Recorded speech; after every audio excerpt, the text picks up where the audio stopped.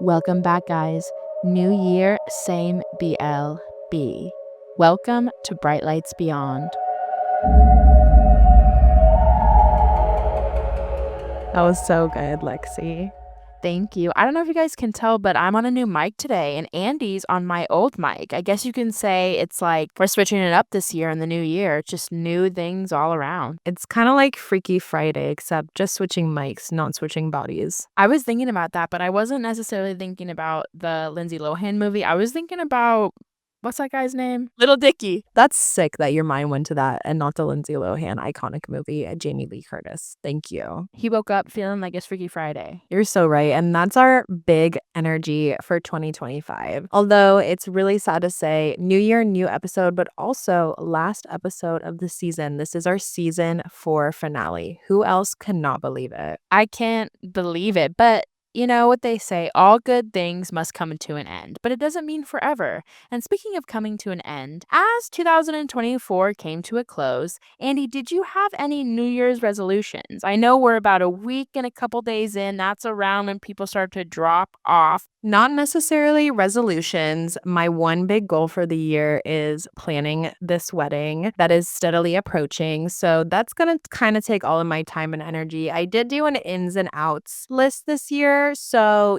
just to kind of guide my mood for the year, not necessarily specific goals that I'll, feel bad if I don't reach, but just to kind of keep me on track, what's in and what's out. For example, what's in Bright Lights Beyond, what's out every other podcast. Thank you. I mean, someone had to say it. It was about time. And I was getting a little annoyed. I'm like, hello. And also, speaking of that, I wanted to shout out everyone who had us on their Spotify Wrapped, because let me tell you, I had several of my friends, including, let's say,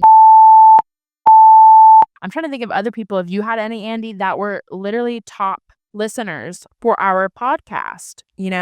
Those names are confidential, but I know that I was definitely our top listener on Apple Podcasts. This was my number one listened to podcast, I think 4 years in a row now. Oh, girl. You know what? I might even just bleep the name. So you guys know who you are, but I'm going to bleep your names just because you're right. Anonymity is worth more than gold these days. Just like the children of the famous. Like, let's leave them out. And if you know, you know. If you don't, sorry about it. Sorry about you, girl. Wait, Lexie, what are your New Year's resolutions for 2025? Okay, new year, new me. I think, honestly, I was thinking about this today, and I know people will call me a kook, they'll call me a crazy, but my resolution this year is only one Squishamallow a month. Okay, because I don't know where to put them. It's becoming a problem. It's becoming a hassle. I can't remember their names. It's a whole thing. So I think that's what my resolution That's is. so fair and something that you can really stick to. Make it realistic, make it attainable, but it still challenges you. That's what you want in a resolution more than anything. Absolutely. And I'm so glad you understand. And I'm so glad that you guys have joined us for our last episode of season 4. Andie, can you even literally believe it? Like Lexie said, all good things must come to an end. It's been such a great season, which makes it so bittersweet. But before we kind of dive into our season 4 recap, Lexie, there's something that I know you want to talk to the listeners about. So will you take it away? Yes. And before we get into our season 4 recap, let's call it a year in review of BLB 2024. Let's get into something that has been on my mind as we close out this season of Bright Lights Beyond and we look ahead to the new year in 2025. I can't help but reflect on the incredible transformations we've explored together this season and pretty much throughout this entire podcast. So since starting this podcast journey, one truth has stood out to me: the profound changes people have undergone after their near-death experiences. And these changes aren't limited to those who have had NDEs themselves, but it extends to anybody who learns about them, lives with them, or is touched by the knowledge of what lies beyond. And so for today's episode, as we enter the new year, I kind of want to dive into the powerful theme of facing mortality versus embracing life. Let that sink in, guys.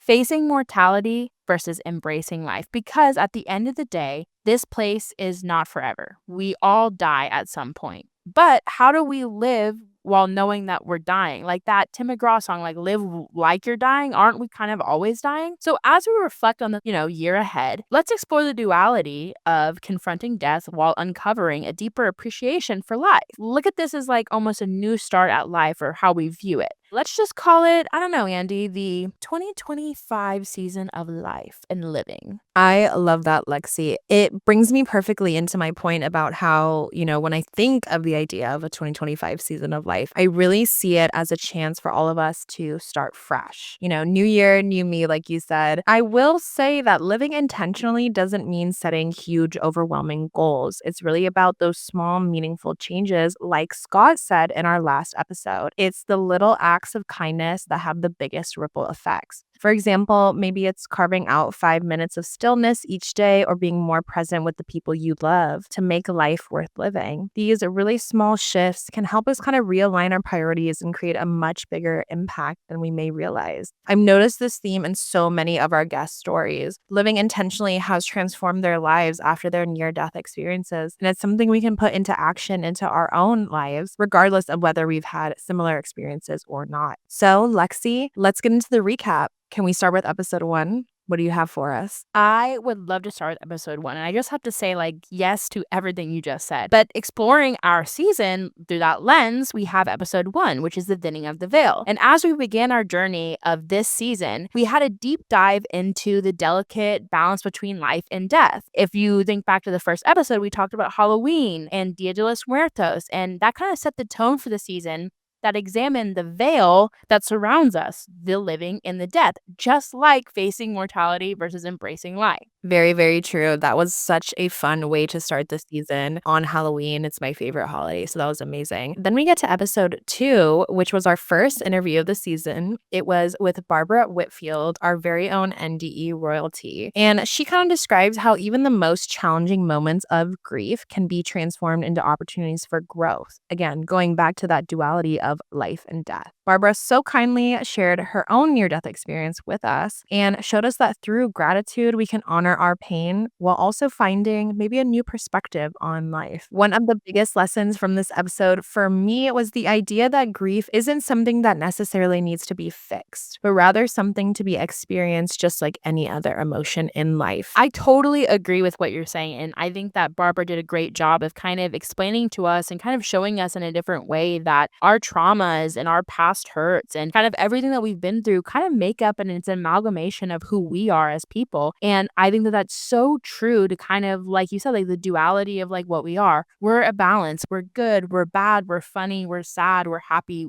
All the different things and all the things we've been through kind of make up who we are. So I totally agree. And I think that it's very transformative. And once we realize that about ourselves, like how amazing and how profound is it that you can say, I know who I am kind of through all of my pain and strife and happiness and joy. That is so true, Lexie. And it really brings me into episode 3, where Valerie Tate talked all about intuition and, knowing who you are, realizing things. It all goes back to intuition and kind of getting to know yourself through these experiences and through these stories. After her own near-death experience, Valerie really found that her worldview shifted completely, and she was so amazing to kind of share that shift with us. She began to see intuition not as a fleeting feeling, but more as a compass guiding her towards a more intentional and fulfilling life, like we talked about in our intro. This episode really resonated with so many listeners because it reminded us that we all have the ability to listen to that inner voice and get to know ourselves a little bit better. Valerie shared a few practical ways to cultivate this skill, emphasizing curiosity as the key to living with purpose. Her story was a really beautiful reminder that even when life takes unexpected turns, our intuition can help us find clarity and a renewed sense of direction, which, given the new year, that renewed sense of direction is really powerful for me. I totally agree. And I think it's just kind of what we've been talking about, like